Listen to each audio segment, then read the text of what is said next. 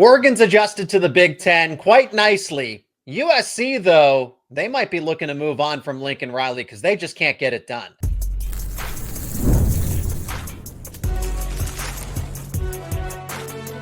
You are Locked On College Crossover, part of the Locked On Podcast Network. Your team every day.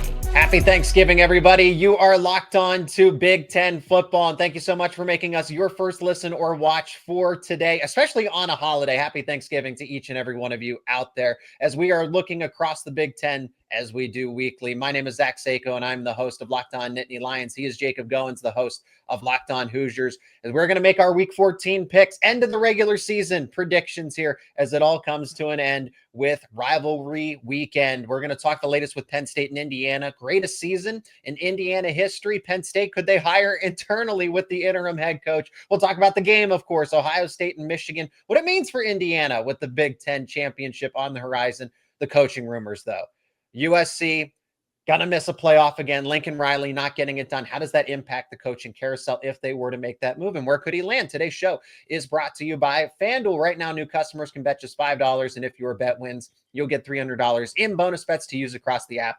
Download the app today. Friendly reminder to let us know your thoughts down in the comments section. Again, thank you for spending your holiday with us. Jacob, Lincoln Riley, do we think this happens? Do we think that USC finally makes the move? His buyout, now it's not officially on the record since they're a private university, but the alleged amount is over $80 million, right? This isn't even in the ballpark of what James Franklin and Penn State were initially discussing with $50 million. Yeah.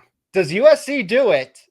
Because there's a name that they might actually be really interested in if they move on from Lincoln Riley.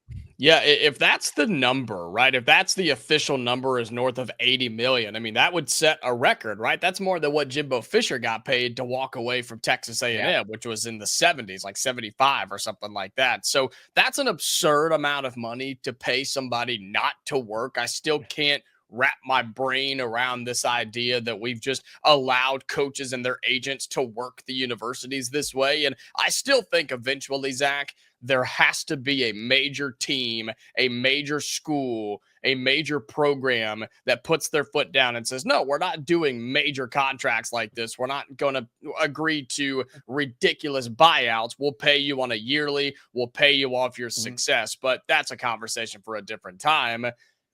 It's so tough, right? If you're USC, because you look at it, and when you hired Lincoln Riley from Oklahoma, it was, man, what a great hire this is. It was at the time. I mean, he's coming back to where he belongs. He knows the area so well. He's offensively minded. It made sense for USC, and it just hasn't worked. Are they better than they were? Yeah, probably, but they're still not where they want to be. They're still not where they should be, in my opinion, based on the facilities, the NIL, and the money that they're paying the head coach. And so the question then becomes, with these big programs and big name coaches, everybody says, oh, well, if you fire the guy, who are you going to get that's better? They got a name in mind. I know exactly where they would go. I agree. And I think that name would be insane, but is it worth paying 60, 70, 80 million dollars for it? I've said for a long time that Lincoln Riley's not the guy out there. I think they should, to be quite honest with you. I think they should pull the plug, eat the money, move on. Maybe this will finally be the lesson that big programs learn to not agree to insane buyout amounts. Will they do it, though? Will they do it? Here's the thing. If they know something, again, Lincoln Riley, we don't know what we don't know. With all these coaching rumors and the carousel, even with the message boards, it's like if the public has the information, then it's no good. Nobody was anticipating Lincoln Riley to Oklahoma, or from Oklahoma to USC once upon a time. Like that one really out of left field. And I think we are going to get some of those hires. All of this is strategic. Stuff is leaked to the media, to On3, to whomever else, if and when it's getting ready to happen. And it's leaked on the message boards as well. Yeah. So if USC is frustrated, I think the name that they would want is Kalen DeBoer. And if they know they're going to get Kalen DeBoer, then they're absolutely going to move on from Lincoln Riley because they're like, well, we're going to get the results in the end. So what is the money here? What is the, we'll negotiate the buyout. We'll pay it over time. And that doesn't mean that Lincoln Riley's not going to be unemployed. I think he could land at a few different spots. Let me name just a couple of, would LSU potentially be interested, right? I'm thinking SEC, or he's from Texas Tech originally. What if Joey McGuire is looking to potentially cash in? I know he's got a great setup at Texas Tech, but what if LSU comes calling, or Auburn or Florida, right? And they say, hey, Joey McGuire, look at how you were able to use the NIL and the transfer portal. Do that for us, and we'll give you a pay raise and everything else. Okay. And then that's a perfect setup for a homecoming for Lincoln Riley. In my mind, that's how, I'm not saying that's the likely destination. I would say LSU and Auburn for Lincoln Riley is probably the likely, so to speak, if USC were to move on. And then if USC does move on, they're going after Kalen DeBoer, and there's already rumored interest between the two sides, which would make a ton of sense because Kalen DeBoer had so much success on the West Coast with Washington. Imagine the kind of success, in theory, with Kalen DeBoer and USC. Well, I mean, we've continued to hear, right, the rumblings out of Tuscaloosa that he is not overly happy there, talking about Kalen DeBoer. And we're talking about rivalry week here coming up on our next few segments. Look at what's happening in the state of Alabama. The Crimson Tide head to Auburn in a must-win game in the Iron Bowl to make it to the college football playoff. Dude, I'm telling you, if they lose that game, A, they're losing to their biggest rival, but B, they're missing the college football playoff. That's not okay for Alabama fans. They have the mindset like Ohio State fans do. They expect to be there every year, and they expect to compete for championships. And if you don't do that, even in year two, they want you gone. They put your head on a stake and they run you out of town. And so that's a stressful place to be. So I wouldn't be surprised if Kalen DeBoer is looking elsewhere. And to get back to Lincoln Riley, because of this impacting the Big Ten, or if Kalen DeBoer comes to the Big Ten and Lincoln Riley leaves, I mean, talk about major programs in the SEC that could come after him. You said it, LSU, Auburn, Florida. All those people and teams are looking to win the press conference, make the splashy, sexy hire. Lincoln Riley's it. That name moves the needle for most people, the fans and the media. So don't be surprised if USC does move on, that Lincoln Riley finds himself in the Southeastern Conference. And then how crazy would it be for Kalen DeBoer to walk right back into the Big Ten? It would work for him, especially what we've discussed here. And then Alabama would most likely get Lane Kiffin. I think that's pretty much the if he's why is he holding out on LSU? I know they're still in the middle of the season and everything, but it seems like he's looking to leave. Okay, he's flirting with Florida, he's flirting with LSU, but the job that he would want above all else is Alabama, and Alabama would want him too. So that's another type of homecoming, which means Ole Miss gets into the mix, and then LSU and Florida got to pivot if they don't get their preferred guy, even whether or not Lincoln Riley comes onto the market. Well, I guess that's the domino effect, right? That's how that would happen. So Riley goes onto the market, Kiffin is missed, but it's ultimately where would Riley end up? That's probably what LSU would do. And then Florida's got to scramble, Texas Tech. So just creates a crazy coaching carousel, which Penn State is still involved in. We'll talk about that in the next segment.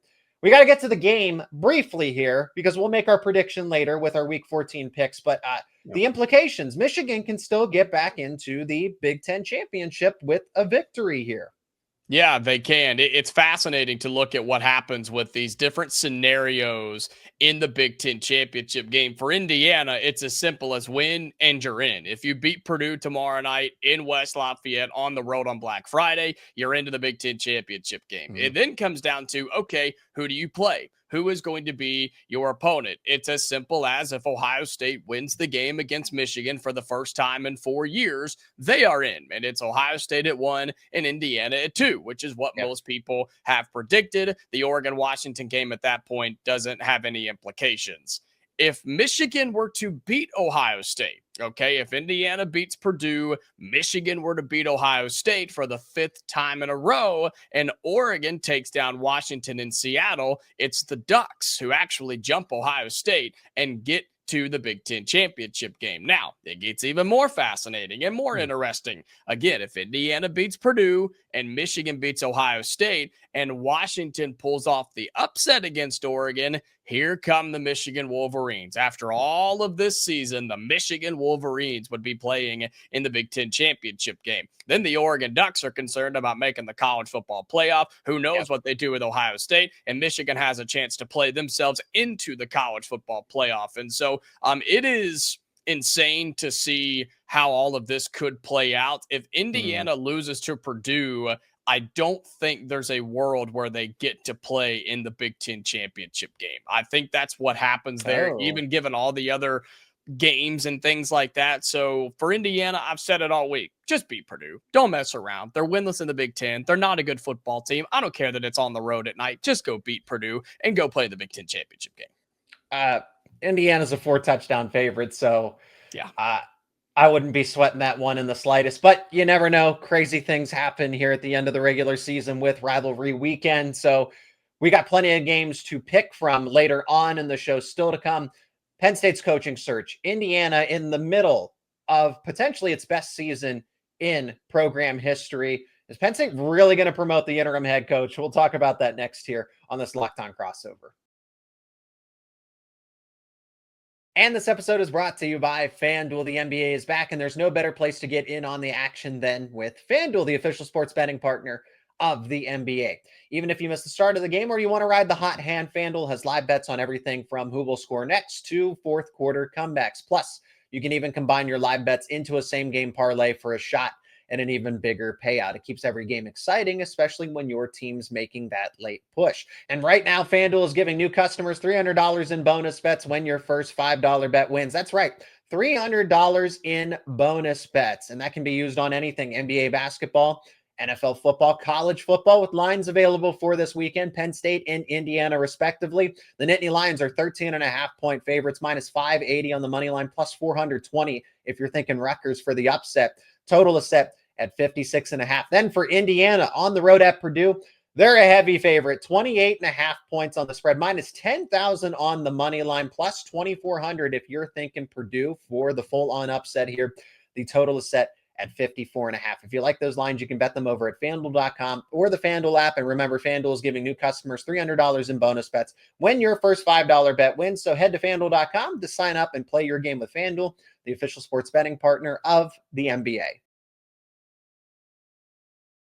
We're going to talk about Indiana trying to cap off the greatest regular season that they've ever had with Purdue coming up on Friday night. But Seyko, we got to get the latest on the Penn State coaching search, because we've heard all the big names. We've heard Drinkwitz. We've heard DeBoer. We've heard, everybody out there.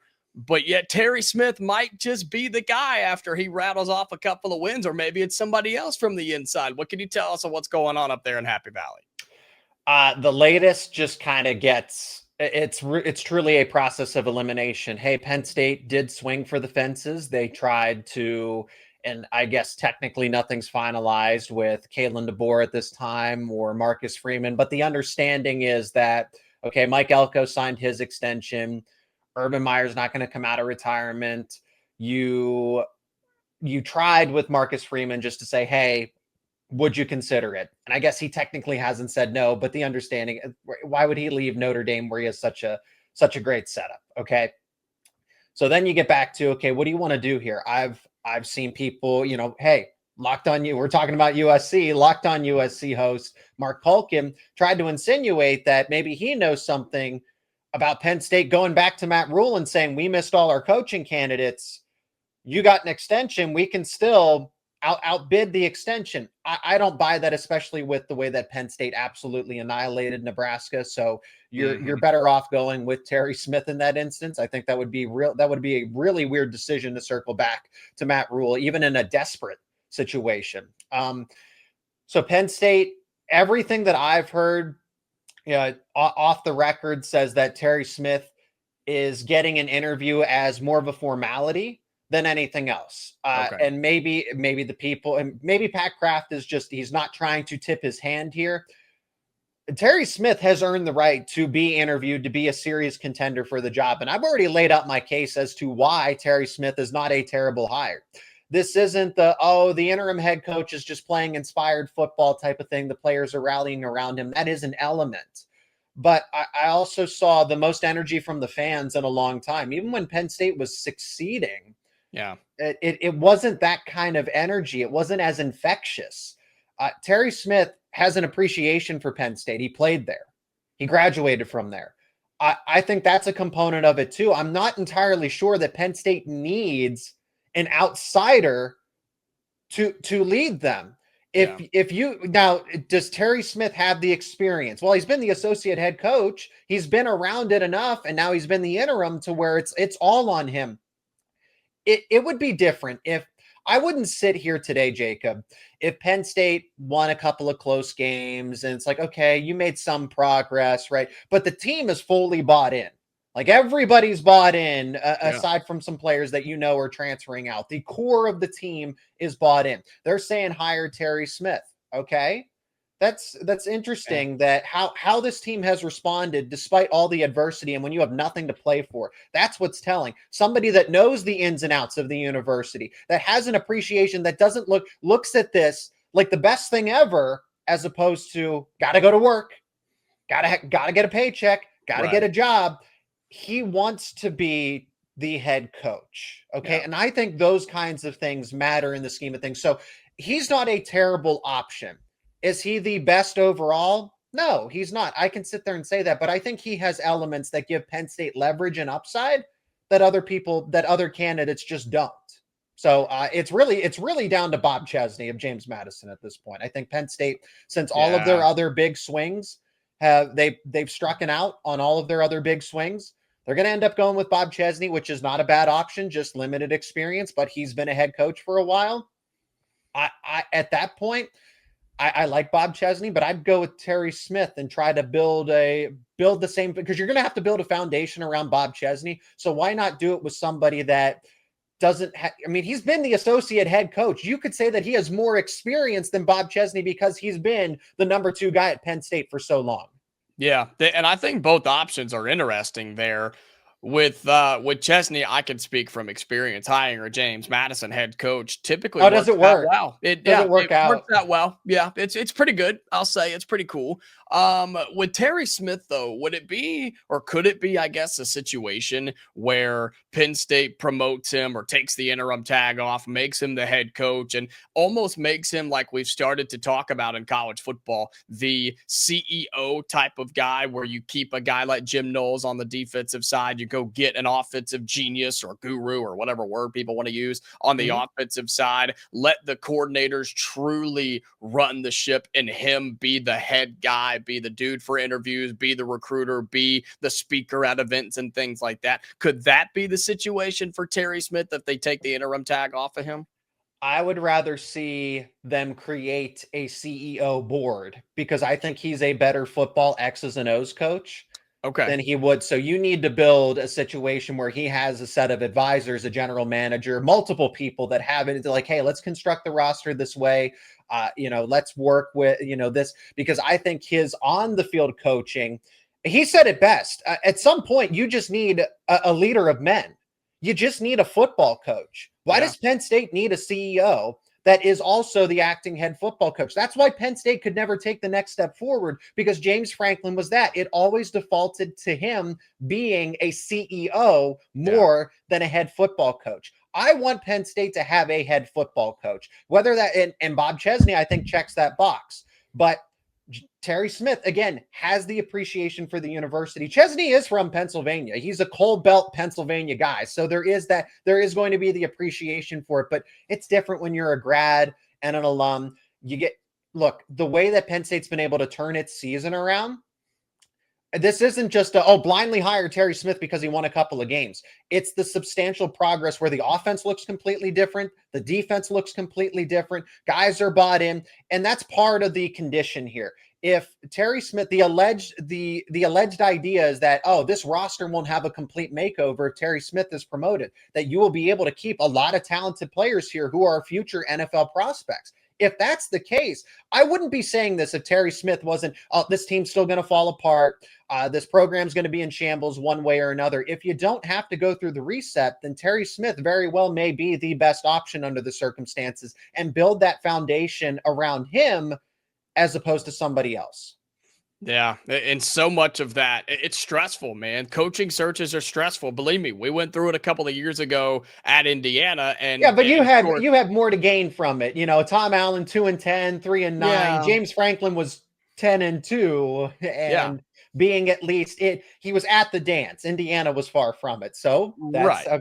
But look where we're talking about this as potentially the best season in Indiana program history. Yeah, I mean, and that's what I was going to say is if you get the right guy, it can lead to greatness. Clearly, look at some of these programs across college football. Look at Dan Lanning at Oregon. Look at, I mean, you could argue Ryan Day at Ohio State since he finally broke through. Look at Indiana with Kurt Cignetti. I mean, it can work out. And yeah, Marcus Freeman at Notre Dame's another example. Penn State, when they find the right guy, Florida's the same way. LSU's the same way. Auburn's the same way. USC, if it's not Lincoln Riley, like those are programs that if they find the right guy in today's era of college football, it's going to be really dangerous. And yeah, Indiana's on the verge of its greatest season in program history. All you got to do is beat Purdue on Friday night and you cap off an undefeated regular season. Indiana doesn't do that. Okay. That doesn't happen in Bloomington on the football field. And it's magical to see. It's amazing. Has it been the prettiest of seasons? No, but you've had some incredible wins. And the fact that you have yet to lose up to this point and have a chance to cap that off tomorrow night against Purdue on the road against your biggest rival, man, what more could you ask for? And then you go play in your first ever Big Ten championship game and you go to the college football playoff where you're going to be the second or third betting favorite to win it all. Like that's what can happen when you find the right guy. Indiana has theirs. They've secured theirs. Got to see if Penn State can get that dude in there, because if they do, man, you know this and your fans know this. Penn State, they're not a sleeping giant. They're an awaiting giant. They're just standing off at the side and waiting for the right guy to show up, waiting for their Prince Charming to walk in. And as soon as he does, Penn State's going to take off and be the juggernaut that everybody's been afraid of for so long. I really do want somebody that appreciates the university, because I think that is a key. You know, it's not everybody thinks that every program is a one size fits all. Like Penn State is a niche program. So James Franklin was an ambassador that got Penn State back to this point, and that's what he's going to be for Virginia Tech, which is absolutely what they need. Yeah.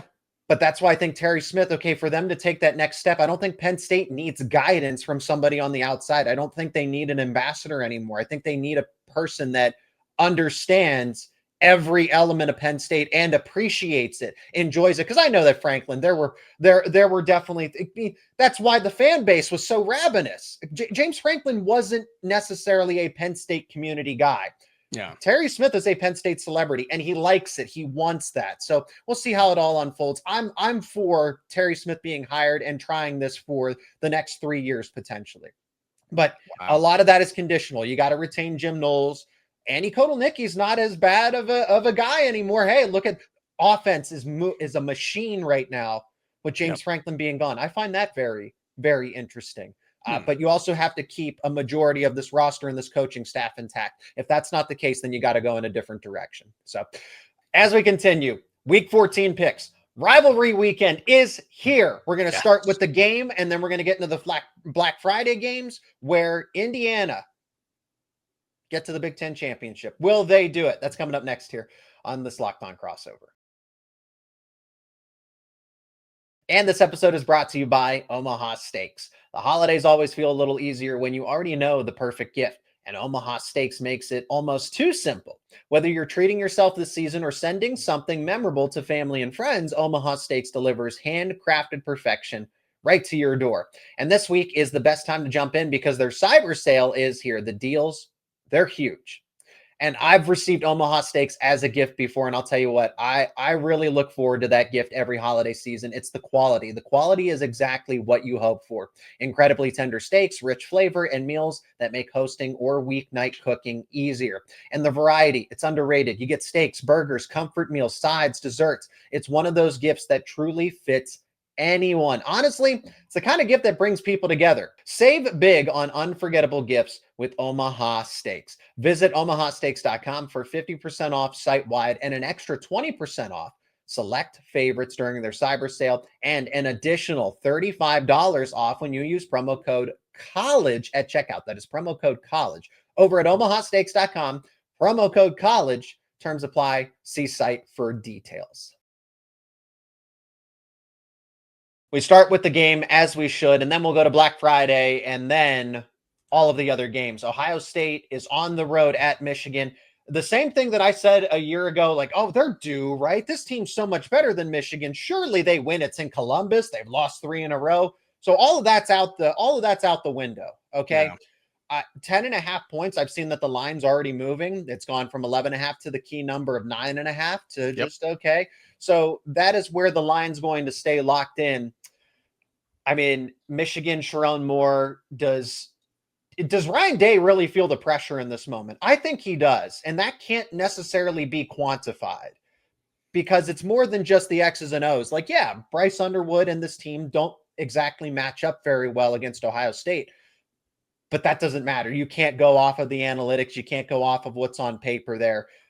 There is a lot of emotion. There is a lot of pressure that I think Ryan Day feels in this game. I would like to think that Ohio State is just so much better that they're still going to win it at the end of the day, but Michigan is going to make this close.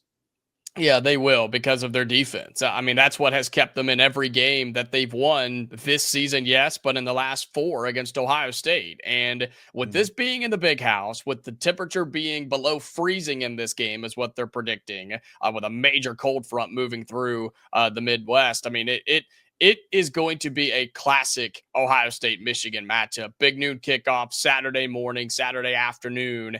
And look, the pressure on Ohio State is, with Ryan Day cannot beating Michigan, right? He hasn't done it and trying to do so right now in the first time in 4 or 5 years. Michigan, on the other hand, yes, they're looking to beat Ohio State. They're also looking to keep their season alive. I already told you they have an outside shot to make it to the Big Ten championship game, which means they have an outside shot to make it to the college football playoff and be the 3rd or 4th representative from the Big Ten. So I expect Michigan to show up and play. You said it, Ohio State favored by 9.5. The total for this game is only 44.5. That tells me they expect Ohio State to win, and they expect Ohio State to dominate on the defensive side. I'll take the Buckeyes to win, but Michigan's got to cover a 9.5 point spread, dude. I'm telling you, they are going to keep it close. Ohio State's going to have to squeak it out in their closest game of the year.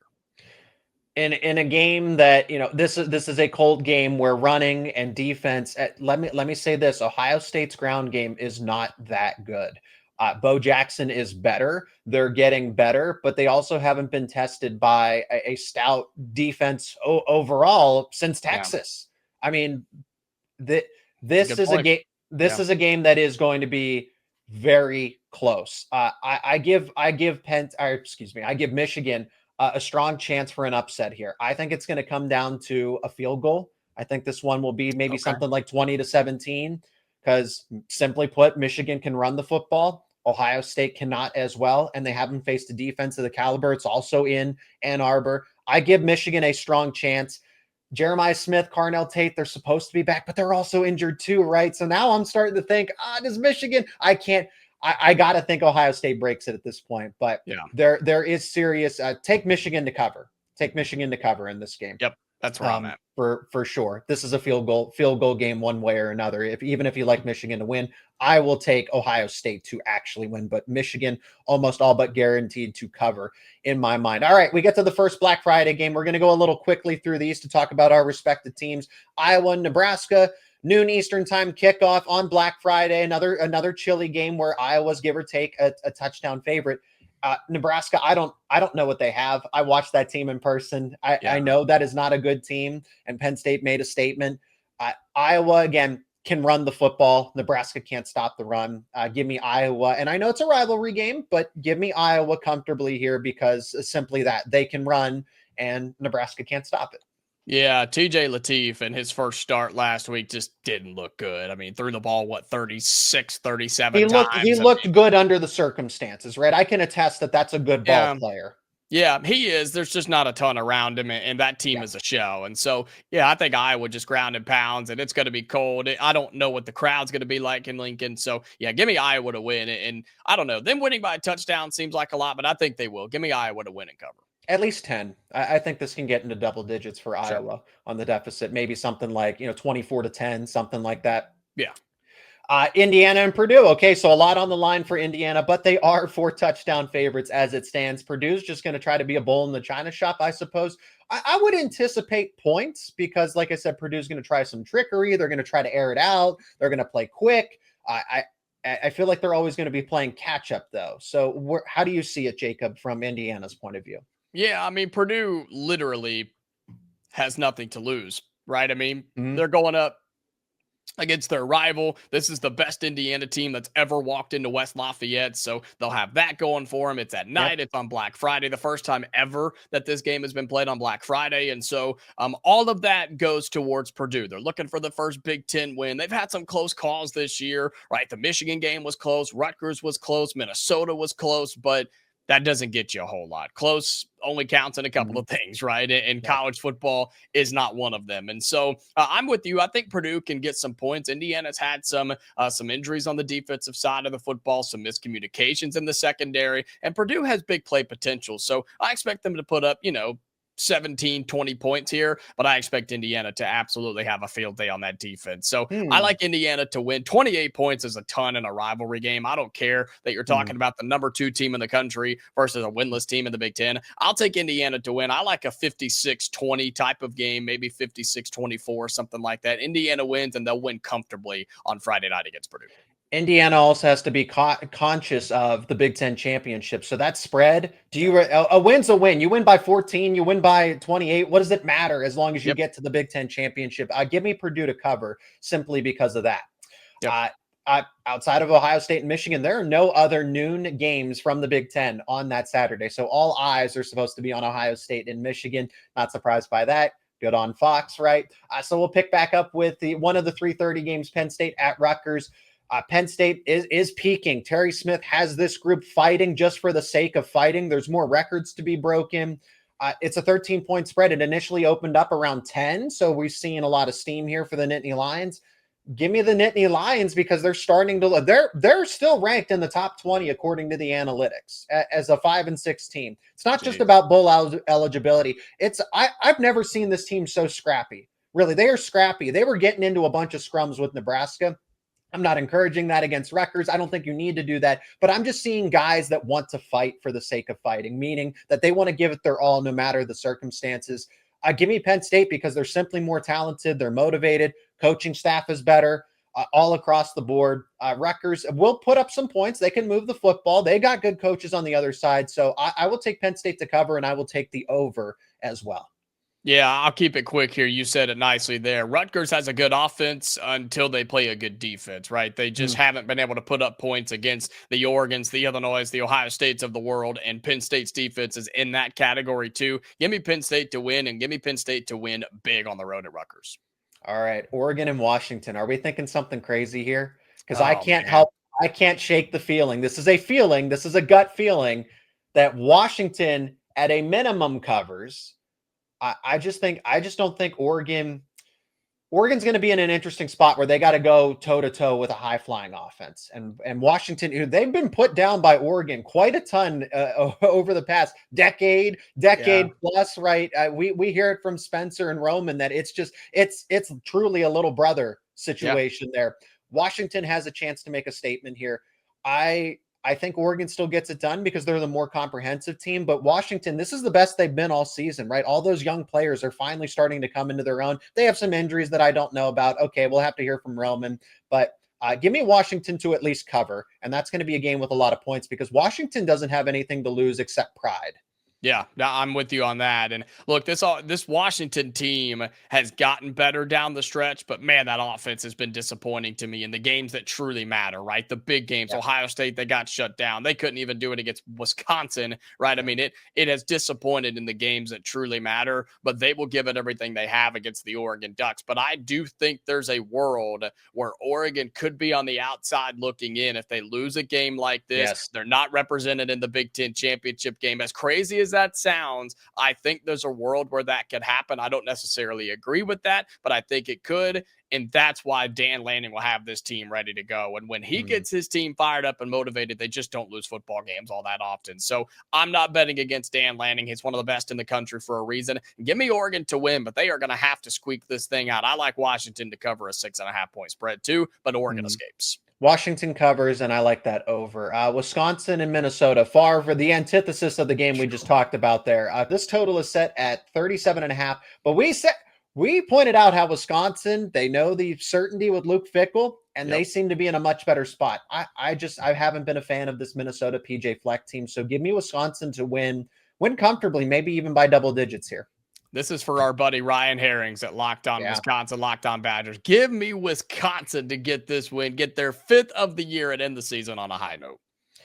Michigan State's a field goal give or take favorite over Maryland.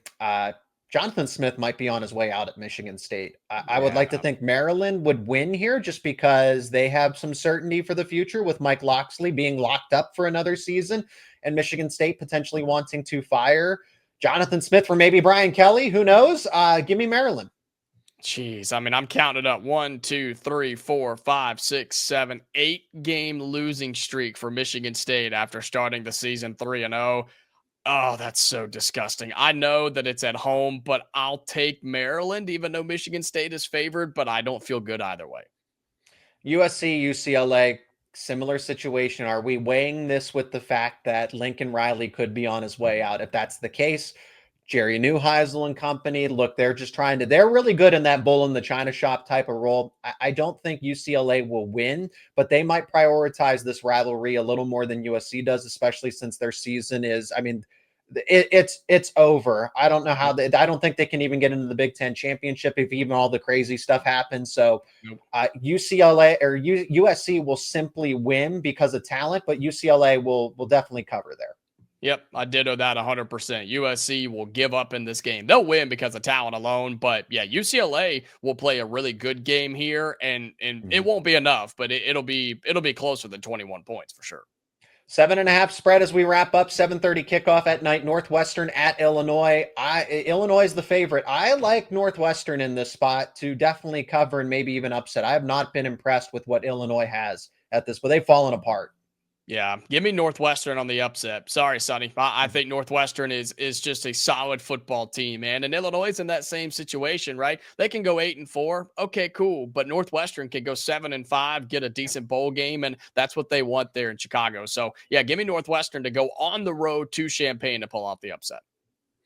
Happy Thanksgiving, everybody. Thank you so much for checking out this Locked On crossover to look across the Big Ten Conference. My name is Zach Seyko, your host of Locked On Nittany Lions. He is Jacob Goins, your expert for all things Indiana Hoosiers. Make sure you subscribe to both of our respective YouTube channels and wherever you get your podcasts for daily conversations around Penn State and Indiana.